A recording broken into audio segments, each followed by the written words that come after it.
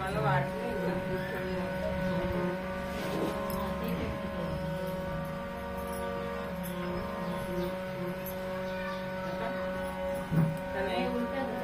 अजून फिरला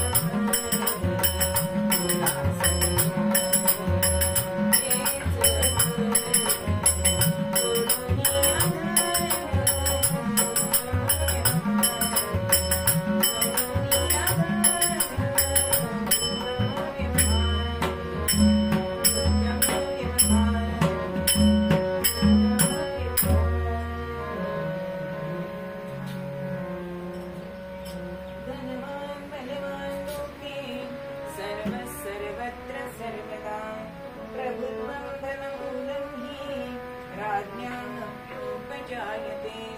भगवान गोपाल कृष्ण महाराज की जय।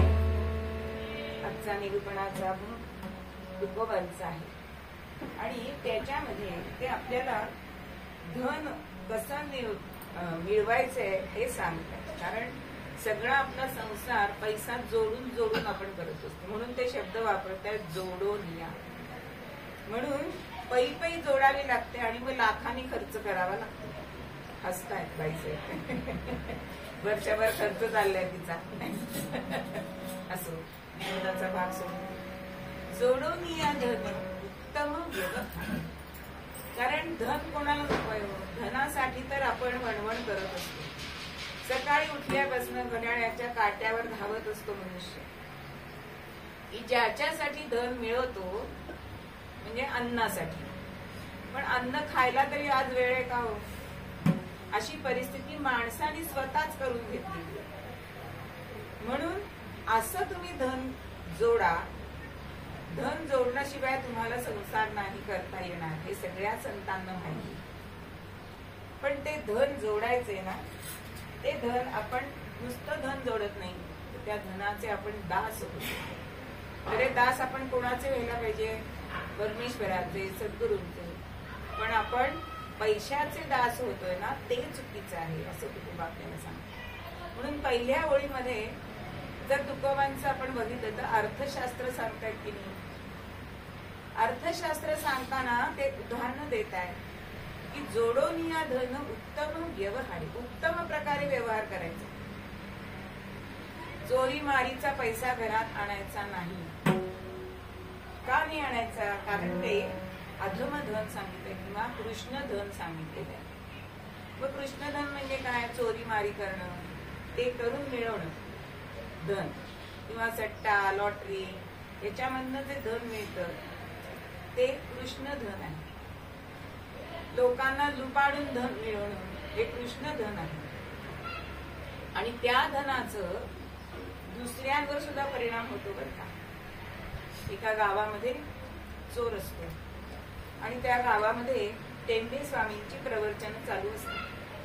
म्हणून तो आपल्या पत्नीला काय सांगतो की आज आपण स्वामी महाराजांना देवाला बोलवूया. ब्राह्मण एवढे आध्यात्मिक ह्याच्यामध्ये त्यांचं सामर्थ्य खूप आहे. आपल्या घरी त्यांचे पाय लागले तर आपल्याला साधू संत येती घरातोची दिवाळी दसरा. आणि पत्नी म्हणते ठीक आहे आणि टेंबे स्वामींना बोलवायला येतात. पण टेंबे स्वामी सुद्धा हो म्हणतात, जेवायला येतात आणि जेवण करता करता सगळा थाटमाट पंचपक्वान्न केलेली असतात. नंतर सगळे चांदीचं ताट, चांदीची वाटी, चांदीची रोटी, भांडं असं सगळं ठेवलेलं असतं. पण टेंबे स्वामी जेव्हा जेवतात ना तेव्हा त्यांच्या मनामध्ये विचार येतोय की हे चांदीचं भांड आपण झोळीत घालावं. अन्नाचा दोष आहे बरं का. ज्याच्याकडचं आपण अन्न खातो त्याच्या मनात जे विचार असतात ते त्या अन्नामध्ये उतरतात. आता टेंबे स्वामी खरे असे होते का?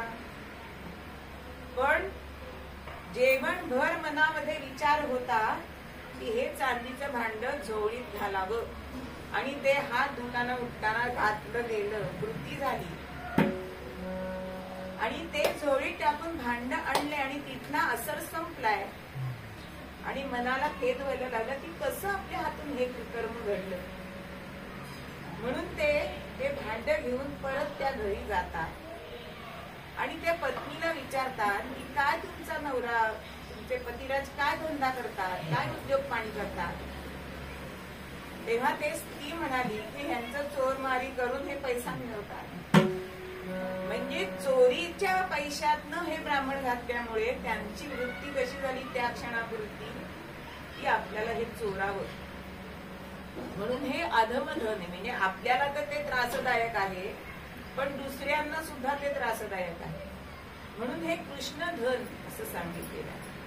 मग मध्यम धन कुठलं सांगितलंय तर मुलीचा विक्रय करायचा आहे पैशासाठी. समजा मोठी मुलगी आहे आणि खालच्या भावंडांचे शिक्षण व्हायचे तर आपल्याकडे उदाहरणं आहेत. आपण सिनेमा वगैरे पोस्टातली मुलगी वगैरे बघितली असेल तर त्याच्यामध्ये असं आहे की मुलीला विकून जो पैसा मिळेल त्याच्यामध्ये पुढच्यांचा हा आपण प्रपंच साधायचं, हे मध्यम धन सांगितलं.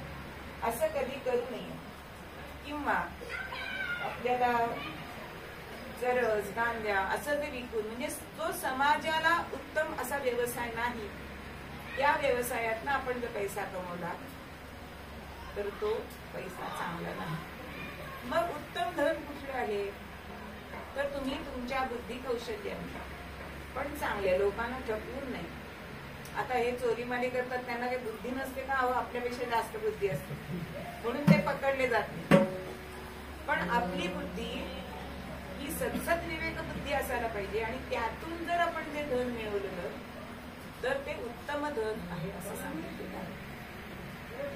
किंवा तुम्हाला कोणी गुरुदक्षिणा दिली तर ते उत्तम धन आहे. त्यानंतर तुम्ही शौर्याने मिळवलंय, तपाचरणांनी मिळवलंय, तुम्ही भरपूर तप केलं आणि देवाकडे मागितलं तर ते उत्तम धन. किंवा तुम्हाला वरदक्षिणा मिळाली आहे, उत्तम धन, कारण ते तुम्ही काही चोरून मारून आली नाही, जावयाला खुशीने दिलेलं ते धन आहे. म्हणून असं धन तुम्ही मिळवा, म्हणून असंच धन तुम्ही जोडा ती उत्तम व्यवहारे. पण त्याचा व्यय कसा करायचा आहे तर उदास विचारे. हे होत नाही ना. उदास म्हणजे आपल्याला जे धन मिळाले त्याच्यात काही वाटे सांगितलेले आहेत. अहो, काही भाग समाजासाठी आहे, काही दैवत कृत्यासाठी आहे. असा जर तुमच्या पैशातनं जर भाग निघत नसेल तर ते समाजाभिमुख किंवा उदास विचारे तुम्ही ते वेचत नाही. तुम्ही तुमच्या भोगविलासी वृत्तीसाठी ते सगळं वापरलं तर तो तुमच्या स्वतःसाठी वापरलं असं होतं. तर असं नाही होता कामा. म्हणून यथा विद्येन द्रव्येण यच्किंचित् कृते नरः तथा विधमवाप्नोति सफलं प्रेत्ति हेतु. म्हणून तुम्ही जी धनसंपत्ती मिळवणार आहात ती धनसंपत्ती ही उत्तम प्रकारे तुम्ही निवडलेली असेल किंवा मिळवलेली असेल, आणि असा जर तुम्ही धन जोडलं तर ते धन उत्तम आहे, उत्तम व्यवहार आहे. आता दुसऱ्या म्हणजे हे धन कसं मिळवायचंय, एका ठिकाणी असं पदामध्ये म्हटलेलं आहे,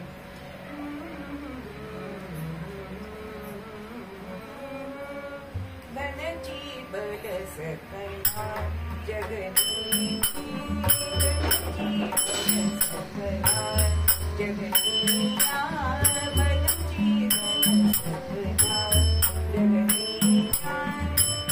पुण्य मार्गे द्रव्य मिळती, पुण्य मार्गे द्रव्य मिळती, स्वार्थ सोडून लोका सुखी, स्वार्थ सोडून लोका सुखी, करती मुक्ती मोक्ष वळती, करती मुक्ती मोक्ष वळती, करी पुकारची जन आपुला, द्रव्याची संधान, द्रव्याची संधान जननीया. म्हणून पुण्य मार्गे द्रव्य मिळेल आणि ते खर्च करून लोका सुखवी, तरच तुमचा जो मोक्ष आहे तुम्हाला याची देही डोळा मिळेल. फक्त मृत्यू झाल्यावरच मोक्ष मिळतो ही माणसाची चुकीची समजूत आहे. मग असं धन मिळवलं तर आपल्याला ते धन आपल्या उपयोगी पडतं. पण मनुष्य कसा असतो, त्याच्या मागे सतत धावत असतो. तो मुठीत साठवायचा प्रयत्न करतो, पण तो आपल्याला नेता येतो का पैसा? एक तरी पैसा जाताना कणवटीला बांधलाय कोणी आणि नेलाय स्वर्गात किंवा नरकात, असं दिसतंय का आपल्याला चित्र? म्हणून एका व्यापाऱ्याला असं सारखं वाटायचं की हे सगळं धन आपल्याला नेता आलं पाहिजे. जो तो अधिकारी मनुष्य दिसेल त्याला विचारावं हे धन मी नेऊ शकतो का? सगळेजण सांगायचे की नाही बाबा हे धन कसं नेता येणार. पण असा एक ग्रस्त त्यांना भेटला की हो तुम्हाला हे धन नेता येईल, हो एवढा हर्षवायू झालाय त्याला की हे धन मला स्वर्गात नेता येईल. येईल ना, पण त्याच्यासाठी तुम्हाला परदेशात जाताना करन्सी बदलावी लागते की नाही? तशी स्वर्गामध्ये जाताना तुम्हाला ही करन्सी, पैशाचं रूपांतर वेगळ्या रूपामध्ये करायला पाहिजे. मग काय करायला पाहिजे? अहो, त्या पैशाने पुण्य करा, दान धर्म करा. म्हणजे तुम्हाला ते धन तुमच्या बरोबर नेता येईल. म्हणजेच उदास विचारे रे जगरी. पण कोण्याही माणसाच्या हे लक्षात येत नाही. म्हणून नेपोलियननी काय सांगितलं होतं? माझे हात बांधू नका. का? लोकांना माझ्या प्रेतयात्रेला जे येतील त्यांना कळलं पाहिजे की मी एवढा पैसा मिळवला तरी मी रिकाम्या हाताने चाललोय, हे दाखवण्यासाठी माझे हात मोकळे सोडा. पण तरी सुद्धा माणसाला समजतं का? हो, नाही समजत. म्हणून दुसऱ्या याच्यामध्ये समाजशास्त्राचा गुण ते सांगतायत की उत्तम गती तो एक पावेल, उत्तम भोगील जीव खाणी. म्हणजे दुसऱ्याला पैसा, समाजासाठी तुम्ही काही ना काहीतरी कार्य करा. वृद्धाश्रम बांधा, बालकाश्रम बांधा, धर्मशाळा बांधा, देवालयामध्ये भक्त निवास बांधा किंवा पाणपोया करा. कितीतरी आपल्याला समाजाभिमुख कार्य करता येतं. पण हे कोणाच्या लक्षातच येत नाही. आणि प्रत्येकाला पैसा हवा असतो. एक मुलगा असतो आणि बहीण असते, दोघांची लग्न घरात बघत असतात आणि मुलाचं लग्न ठरतं मुलीच्या आधी. आणि तेवढ्यामध्ये गावामध्ये अशी चर्चा होते की आपण हुंडाबंदी करूया. आता हा मुलगा काय सांगतो? आपण हुंडाबंदीला पुढच्या वर्षी करू. का बरं? यंदा माझं लग्न आहे आणि पुढच्या वर्षी बहिणीचं, मी बहिणीला हुंडा द्यायला नको.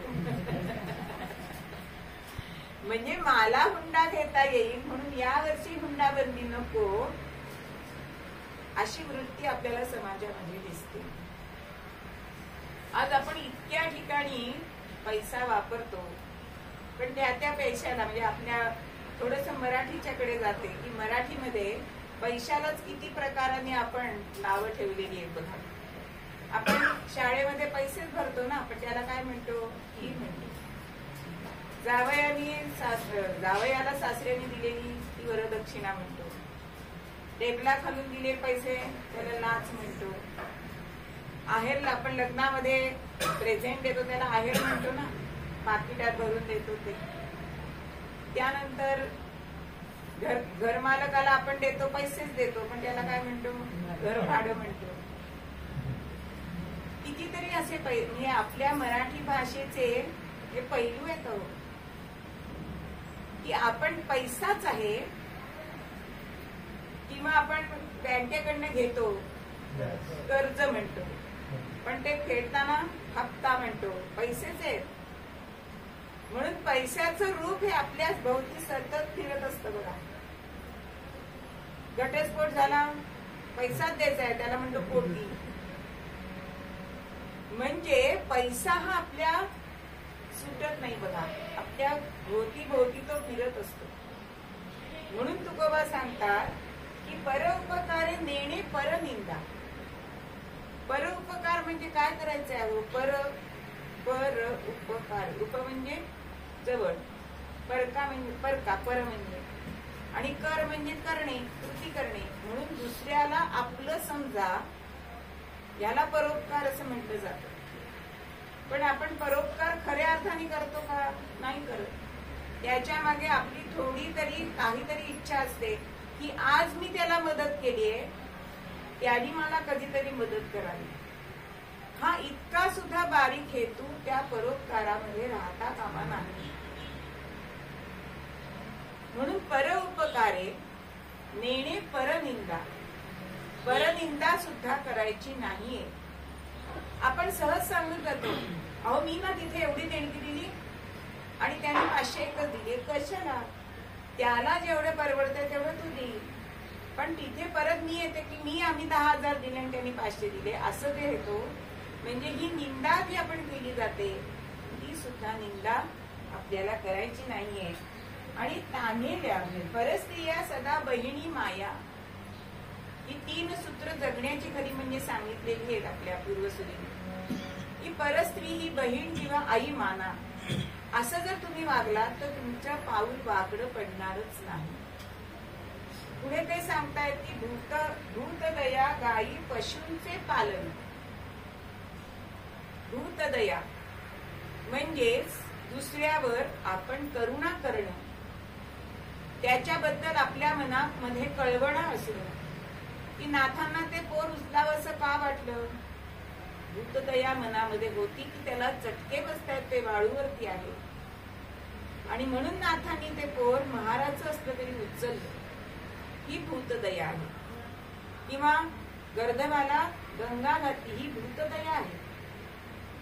पशूंचे पालन, गोधन. आपण बघितलं धनाचा जेव्हा आपण पूर्वरंग बघितला त्यावेळेला इतर सुद्धा धन आहे हे आपण बघितलंय. गाईचं आहे जेव्हा गोधन आपण म्हटलं जातं, पशुधन म्हटलं जातं. पण आज आपल्याला धन म्हणजे फक्त पैसाच.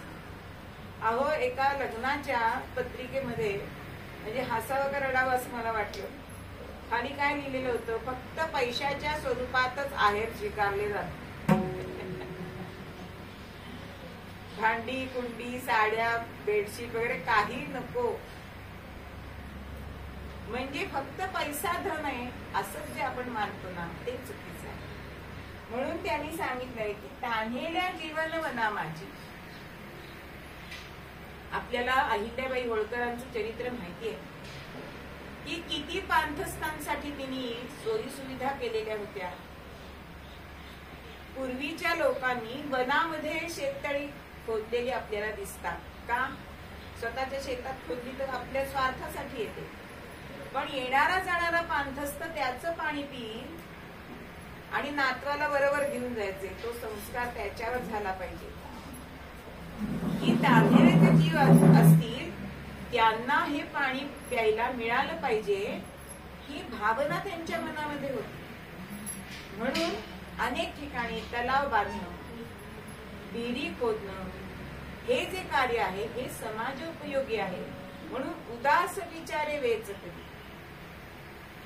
म्हणजेच आपण आपला पैसा अगदी नाही काढला ना तरी सुद्धा आपल्या कमाईचा 10% पैसा तरी समाजाला उपयोगी पडला पाहिजे.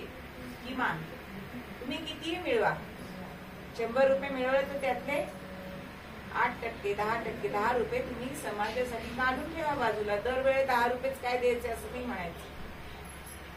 पण त्यामुळेच आपल्या समाजाची जडणघडण होत असते. हे संस्कार मुलांवरती होत असतात आणि हे कार्य सतत चक्रासारखं फिरत राहतं.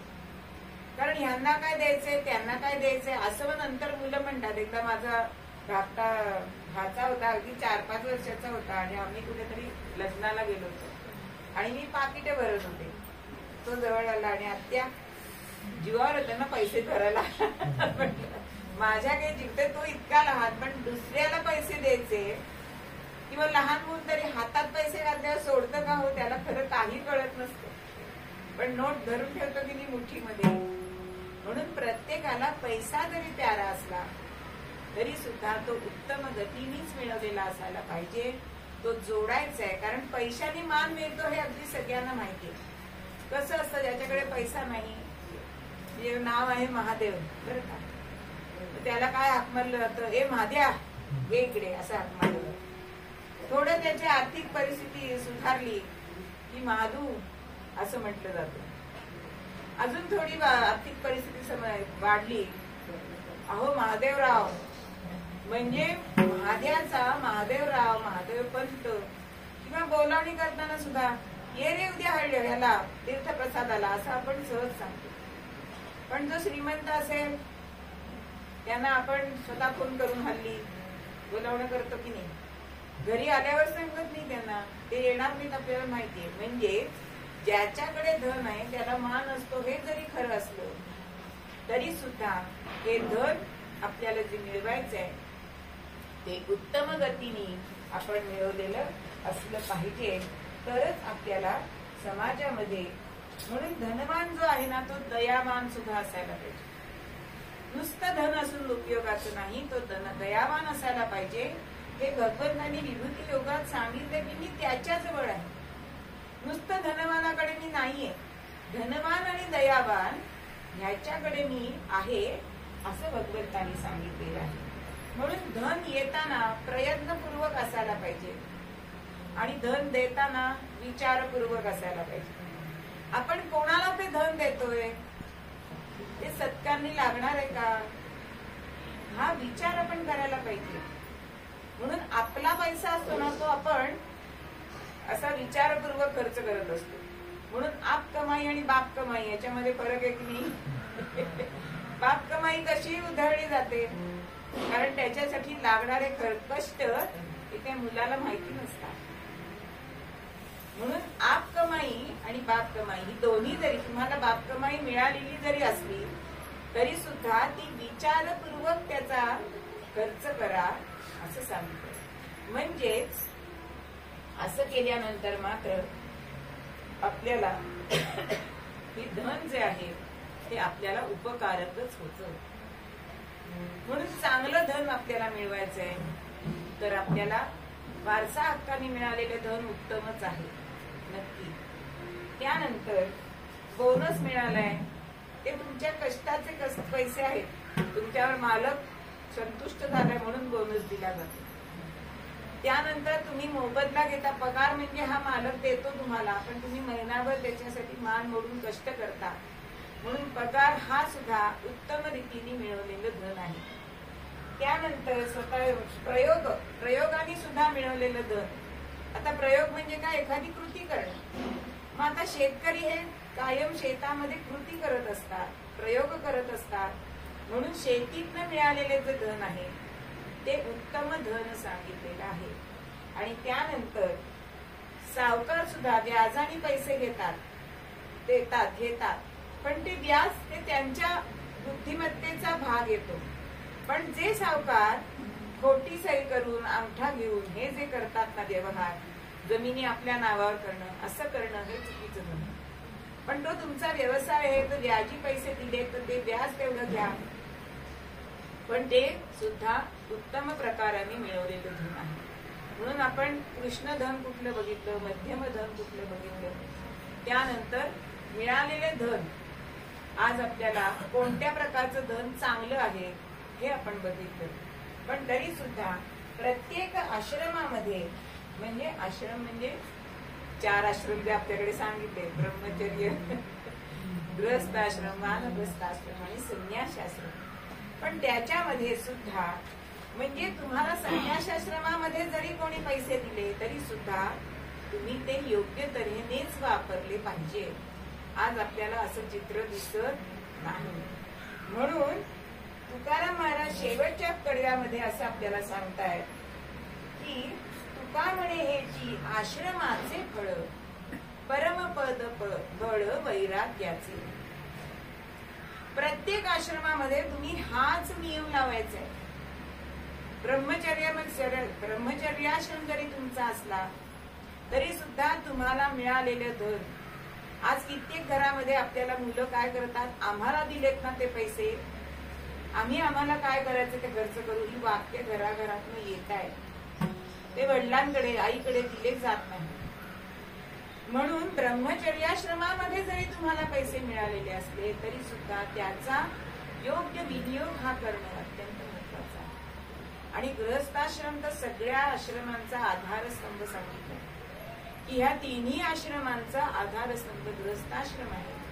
आणि या गृहस्थाश्रमामध्ये जे आपण पैसे मिळवू, धन मिळवू, ते परमपद बळ वैराग्याचे, म्हणजे विरागी वृत्तीने, उदास वृत्तीने हे धन तुम्ही वेच करा, म्हणजे खर्च करा, असं आपल्याला मूळ पद्यामध्ये तुकोबा सांगताय. की जोडून या धन, म्हणजे प्रत्येक अभंगाचा जर आपण विचार केला तर आपल्याला म्हणजे ते स्वतः व्यापारी होते की नाही, त्यांच्यासारख्या कोणी खतावणे पाण्यात बुडवून टाकणार नाही. पण तरी सुद्धा तुम्ही सोप्यात सोपं काय करू शकता असा बोध या आपल्याला अभंगामध्ये ते आपल्याला देतात. की जोडून या धन उत्तम व्यवहारे, उदास विचारे वेच करी. म्हणून मूळ पद्यामध्ये आपल्याला तुकोबा हेच सांगतायत.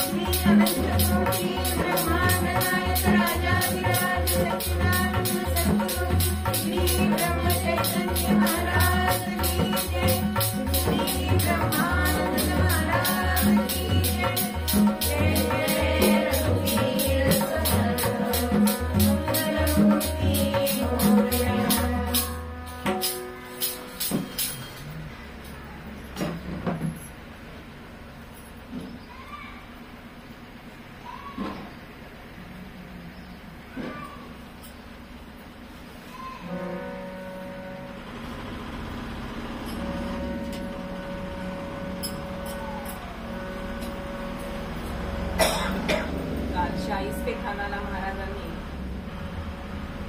3 दिवसामध्ये आपला चंबू गबाळ उचलायला लावलाय आणि बोट कापून फजिती केली. न घर का न घाट का अशी त्याची परिस्थिती केली. आणि त्यानंतर मात्र महाराजांनी जी जल्दी चालू केली, कारण शास्ता खाना दंड करून शास्ता खाना दंड करून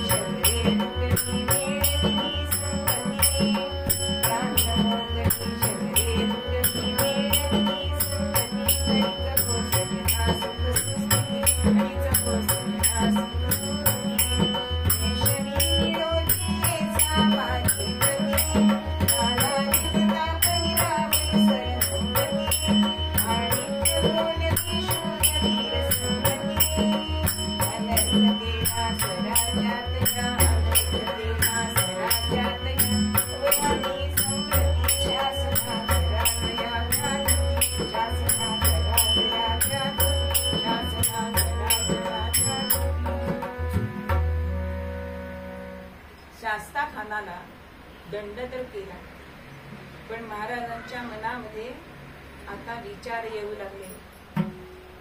कारण हळूहळू चातुर्मास संपलाय, नवरात्राचे दिवस चालू होते आणि महाराजांच्या मनात खरंच नवरात्र भगवती आई देवी घालत होती. जगदंबे पुढे बसले आणि म्हणतायत की माझ्या स्वराज्याची दैना ह्या यवनांनी केली, थोडी थोडके नाही 3 वर्ष. आणि माझी जी प्रजा सुखात होती ती दुःख स्थितीमध्ये गेली. मला यांच्यासाठी काय करता येईल हा विचार राजांच्या मनामध्ये सतत होता. आणि म्हणून त्या जगदंबेची ते प्रार्थना करतायत.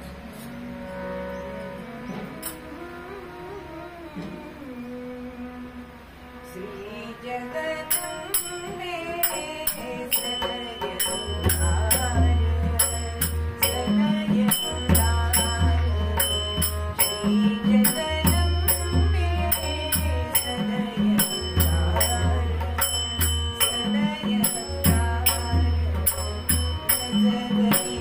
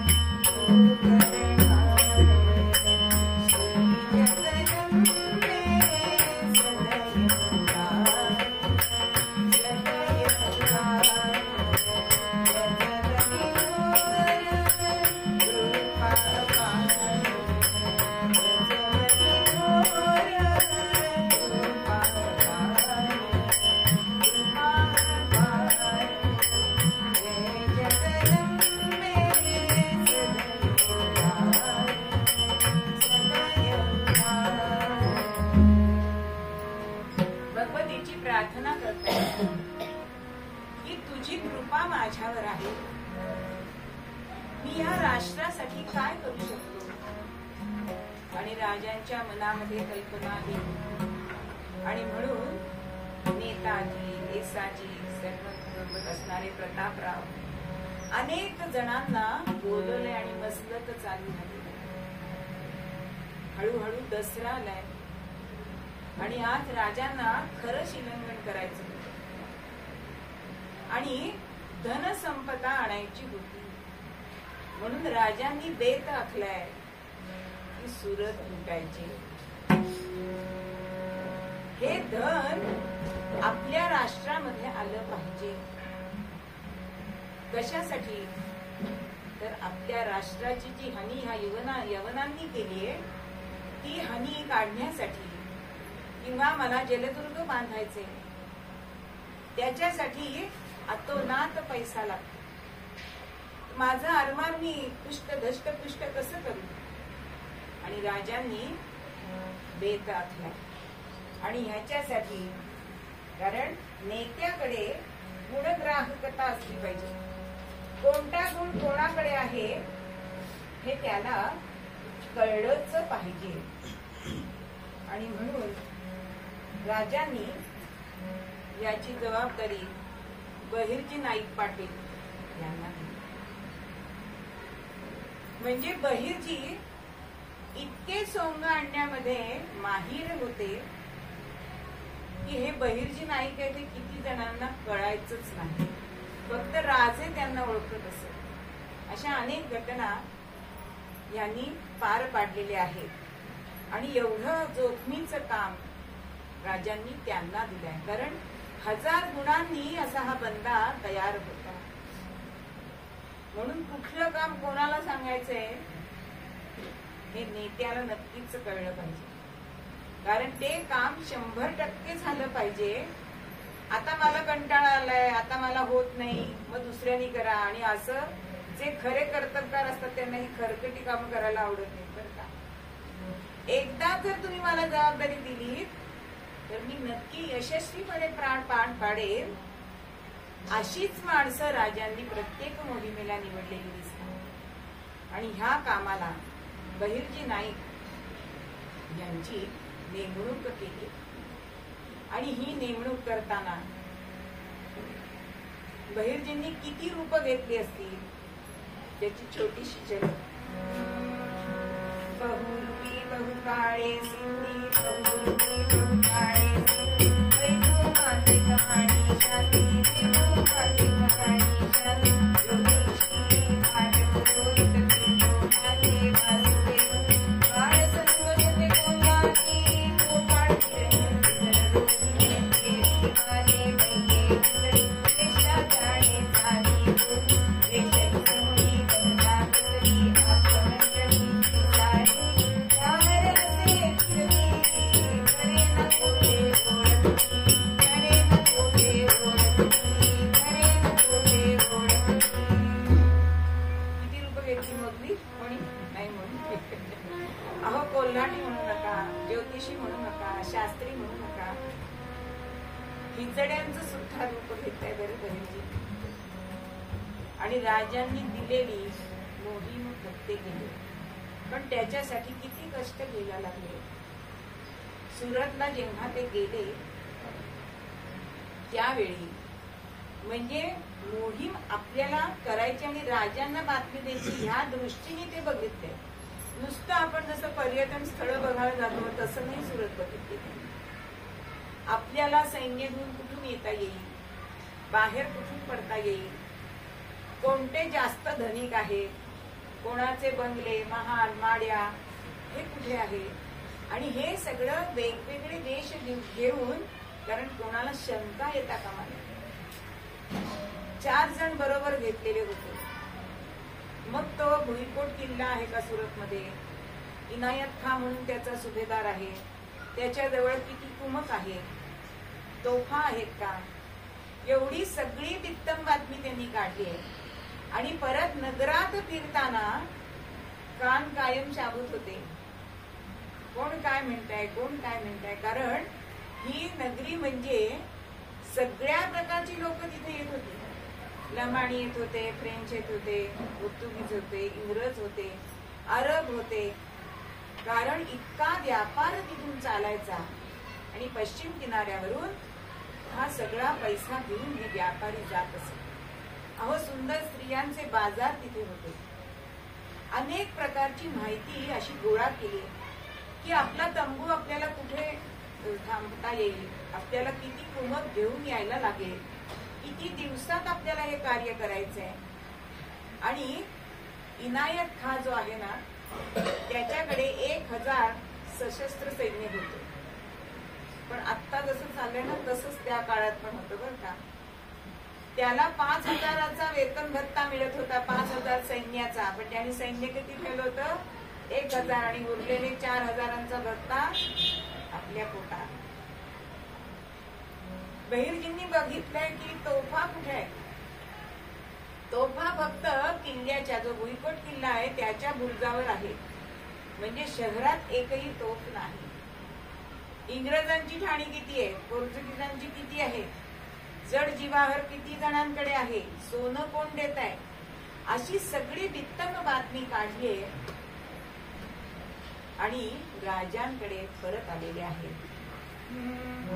नाना वेशी हेरते राजयाचे, नाना वेशी हेरते राजयाचे, शत्रू भ्रांती हिंडी गुप्त साचे, नेता ज्ञाता की बहिर्जी दयांचा, विश्वास होता फार राजयांचा. की ही मोहीम माझा बहिर्जी फत्ते करून येणार म्हणजे येणार. एवढी खात्री ज्याच्यावर आपण सोपवली ना कामगिरी, त्याच्यावर आपली सुद्धा खात्री असायला पाहिजे. आणि तशी राजांची होती. आणि राजे आले की हे बहिर्जी हा राजांकडे आलाय आणि काय सांगतोय, असा बहिर्जी पाहुणी आला, असा बहिर्जी पाहुणी आला, अगणित धन संचया, वेद चतुर तो मुक्त पडाले, वेदुनी करुणा जया, वेदुनी करुणा जया.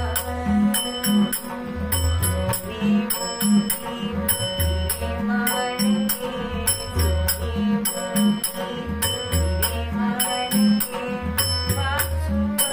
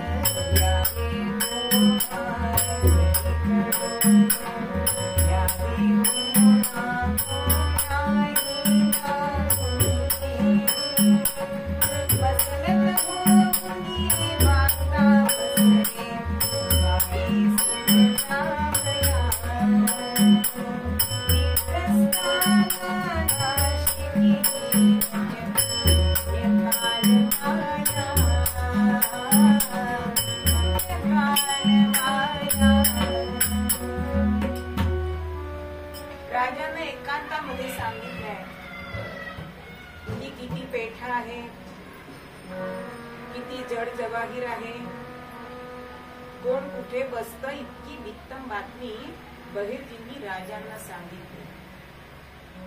राजांची खरंच दूरदृष्टी होती, कारण सगळे मुघल ह्याच्यामध्ये होते की एवढ्या लांब कशाला तो दख्खनचा शिवाजी येतोय. पण महाराजांची दृष्टी सुरतेवर होती, कारण एकाच ठिकाणी आपल्याला संपत्ती मिळणार आहे. आणि बहिर्जींनी असं सांगितलंय की जरी आपण अवचित हल्ला जर आपण केला तर आपल्याला भरपूर धन मिळू शकते. आणि ही बातमी फक्त बहिर्जी आणि राजांमध्ये होती बरं का. एकदा का गोष्ट षटकर्णी झाली म्हणजे तिघांना कळली तर ती किती जणांना कळेल. मी म्हणून तुला म्हणून सांगते, असं करून आपण ही बातमी सगळीकडे सांगतो. म्हणून राजांनी ही बातमी फुटू दिली नाही. ही फक्त बहिर्जी आणि राजांमध्येच हे घडलं. आणि आता प्रजेला किंवा सरदारांना सांगायचं काय, तर आपण त्र्यंबकेश्वरी यात्रेला जातोय असं म्हणून 1000 सेना घेतली. आणि हा पर्वकाळ चुकवायचा नाहीये. आणि म्हणून अशी बातमी केली की तीर्थयात्रेसाठी दमून दमून मागला आणि देवपूजेला लागला, असं माहोल तयार केलाय राजाने. आणि इकडे इनायत खा कसा होता हो, एवढी संपत्ती होती, जसं लंकेमध्ये जशी लक्ष्मी होती. पण हा इनायत खा म्हणजे शंख होता, लक्ष्मीचा नवना. म्हणजे सुरतेची परिस्थिती कशी होती हो, तर त्याचा जो पहारेकरी आहे तो कुंभकर्णासारखा झोपलेला. आणि परिस्थिती होती एखाद्या धनगराच्या मुखाने सुटलेल्या कळपासारखी. आणि हे बातमी राजांना बहिर्जींनी दिली की आपण अवचित हल्ला करू आणि आपण आपली मोहीम फत्ते करू. आणि राजे हे आले, निघाले. त्यानंतर बऱ्हाणपूरला राजे आलेले, म्हणजे तिथून साधारण 4 ते 5 कोस. आणि राजांनी रीतसर इनायत खानला पत्र पाठवलं की आम्ही खंडणी वसूल करण्यासाठी आलोय, आम्हाला एवढी एवढी खंडणी द्या, म्हणजे आम्ही आले तसो माघारी जाऊ. पण मुळात इथे शिवाजी येईल हीच कल्पना नाही, म्हणून बेसावध राहिलेला आहे.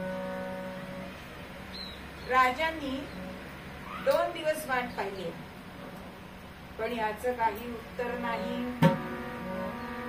आणि मग राजांनी ठरवलंय की आता आपण हल्ला करायचा.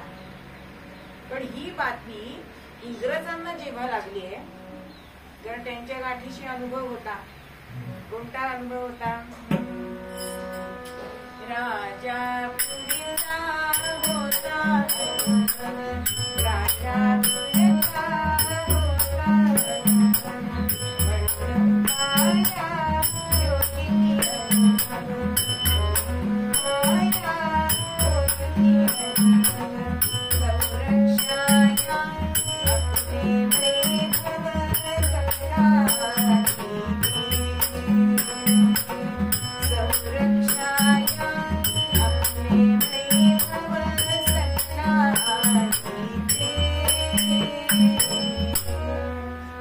राजापूरची वखारीवर जेव्हा राजांनी हल्ला केला होता त्यावेळी इंग्रजांची पळतामुळी थोडी झाली.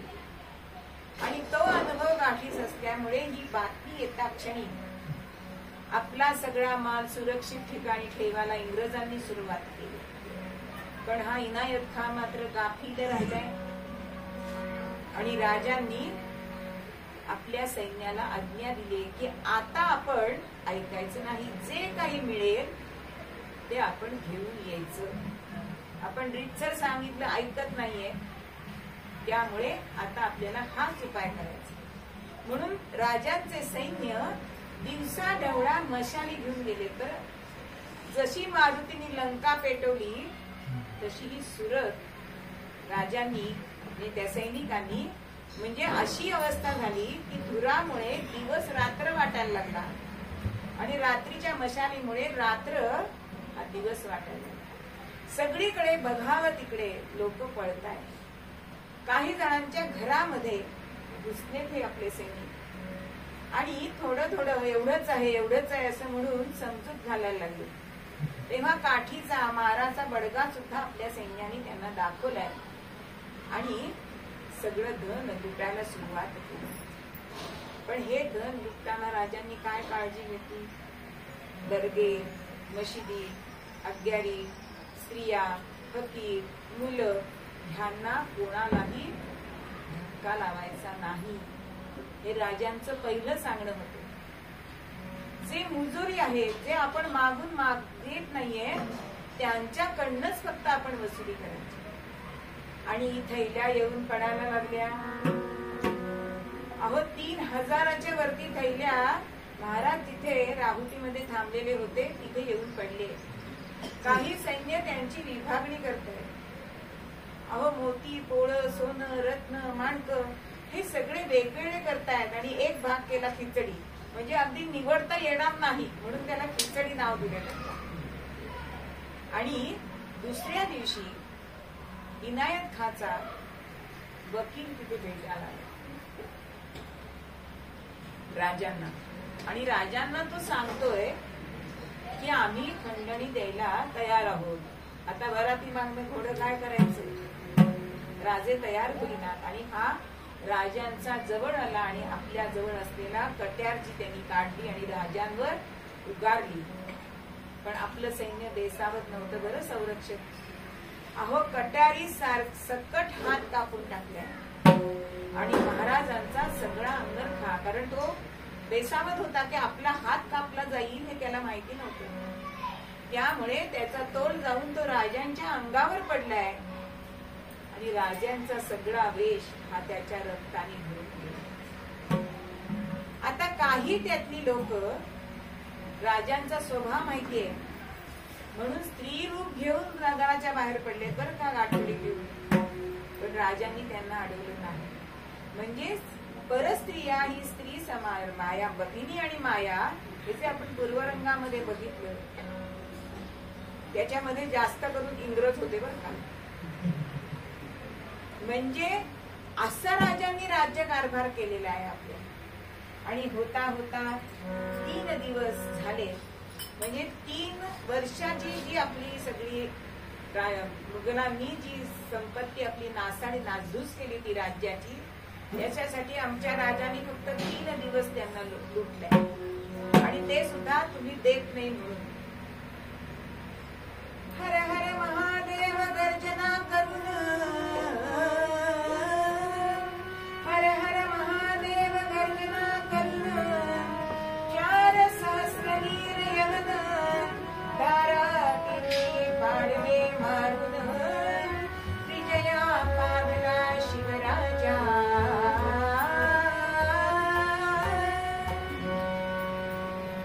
4000 मुघल सैन्य मारलं गेलंय आणि विजयश्री ही शिवशंभूंना आपल्या मिळाली. म्हणून कवी असं वर्णन करतात की लक्ष्मी, कारण लक्ष्मी घेतलीये म्हणजे शंकरासारखी अवस्था राजांची झाली की जशी पार्वती आणि गंगा ही शंकराकडे आहे तसा शिवशंभूंचा अवतार असणारे हे राजे त्यांच्याकडे आज लक्ष्मी आणि विजयश्री अशा दोघींनी त्यांना माळा घातली. आणि त्यानंतर मात्र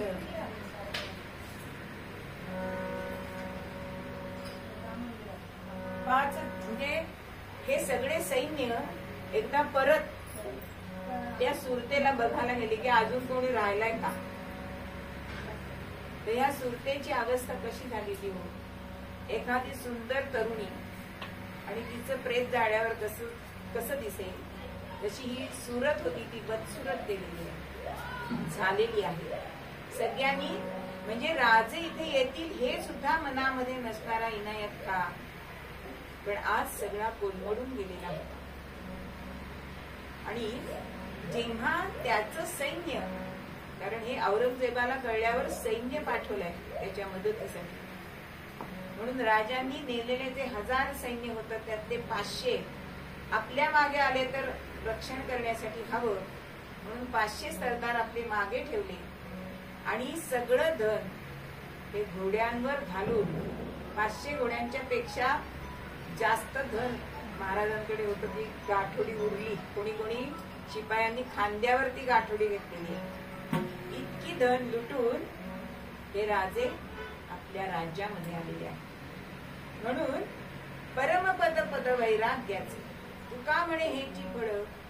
आश्रमाचे हेच फळ आहे. राजांनी ते लुटलं ते कशासाठी लुटलं तर आपल्या स्वराज्याचं नीट बांधकाम होण्यासाठी, त्याची सुव्यवस्था लावण्यासाठी, किल्ल्यांचं बांधकाम करण्यासाठी. ते त्यांनी स्वतःसाठी गमावलं नाही. म्हणून उदास विचारे वेच करी. पहिल्या चरणामध्ये तुकोबा आपल्याला हेच सांगतात की जे धन आहे जोडोनिया धन उत्तम व्यवहारे. राजांनी पहिला प्रयत्न केला होता की नीटसर मागितलं होतं. नंतर तुम्ही आम्ही खंडणी देतो म्हणण्यात काही असेल नाही. म्हणून योग्य तऱ्हेने त्यांनी मागण्याचा प्रयत्न केला पण इनायत खाननी दिलं नाही म्हणून त्यांना सुरत लुटावी लागली. पण त्यांनी त्याचा उदास विचारे वेच केली. म्हणून राजांचे गुण का गायले जातात की परमपद बळ वैराग्याचे. हे बळ राजांकडे होतं. ते विरागी होते म्हणून ते असं कार्य करू शकले. म्हणून मूळ पदामध्ये तुकोबा आपल्याला हेच सांगतायत की तुम्ही जरी धन जोडलं तरी सुद्धा ते प्रयत्नपूर्वक मिळवा आणि विचारपूर्वक त्याचा प्रयोग करा आणि तरच तुम्हाला वैराग्याचं पद प्राप्त होणार आहे. म्हणून मूळ पद्यामध्ये तुकोबा सांगतायत